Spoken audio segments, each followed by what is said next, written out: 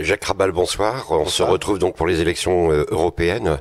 Votre première réaction au vu des résultats partiels Oui, ils sont des résultats partiels. Pour autant, la participation est connue. Et je pense qu'on doit se féliciter du sursaut démocratique qui s'est passé dans le pays, avec une participation près de 51% au niveau national, mais supérieure dans les communes rurales. Je suis promené dans les communes rurales, et donc j'ai vu que les électeurs se pressaient.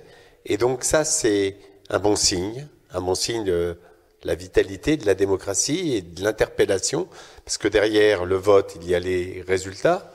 Et donc, j'ai entendu ce cri qui monte des communes rurales encore plus fort, même si on peut constater que le parti au pouvoir, En Marche, un jeune parti, se maintient très bien, que le Front National progresse certes, mais on aboutit à ce que les partis dits traditionnels, qui ont exercé le pouvoir depuis très longtemps en France, eh bien, stagnent, diminuent et s'écroulent même.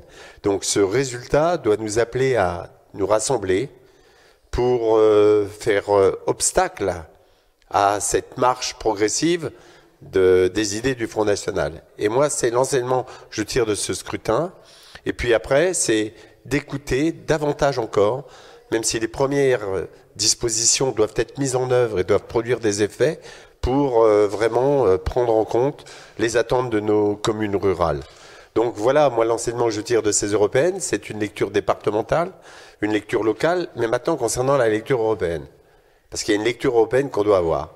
Et je suis convaincu que, à travers les nouveaux élus, avec l'arrivée du centre-gauche, du centre-droit d'une manière plus forte, eh bien, on doit pouvoir infléchir les politiques trop libérales à mon goût au sein du Parlement européen, prendre en compte la dimension écologique pour vraiment s'engager à une Europe plus à l'offensive, qui ne veut pas laisser guider par la Chine, par les États-Unis ou par la Russie, affirmer sa force, mais aussi montrer sa volonté de solidarité vis-à-vis des salariés et surtout prendre en compte la dimension écologique. Pour vous, ce n'est pas un échec d'arriver en deuxième position, si on peut en parler comme ça? Écoutez, c'est jamais un succès quand on arrive deuxième, quand on est dans une compétition. Pour autant, je vois que ce parti Centre, c'est un parti qui sort de nulle part et qui, pour sa première participation, montre qu'il n'y a pas d'alternative démocratique ou progressiste autre que se rassembler autour des valeurs d'En Marche, avec des inflexions bien évidemment, avec la nécessité de mieux prendre en compte la dimension, je dis, de solidarité, de social, et puis des territoires.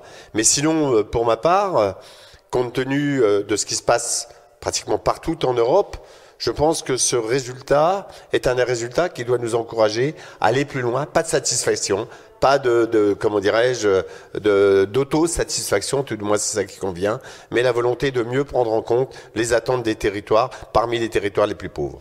Et la montée des écologistes oui, les c'est Verts, une bonne chose, c'est une bonne chose. c'est le premier parti de gauche pour vous? Oui, pour moi, oui, bien sûr. Et puis au niveau de l'Europe, parce que le résultat en France est un résultat qui domine les autres partis de gauche, mais en Europe est un excellent résultat. Et donc à partir de là, on doit bâtir vraiment un véritable projet de solidarité durable dans cette nouvelle Union européenne qui, j'espère, sera vraiment un outil, une perspective de paix, de démocratie, mais aussi de progrès pour tous.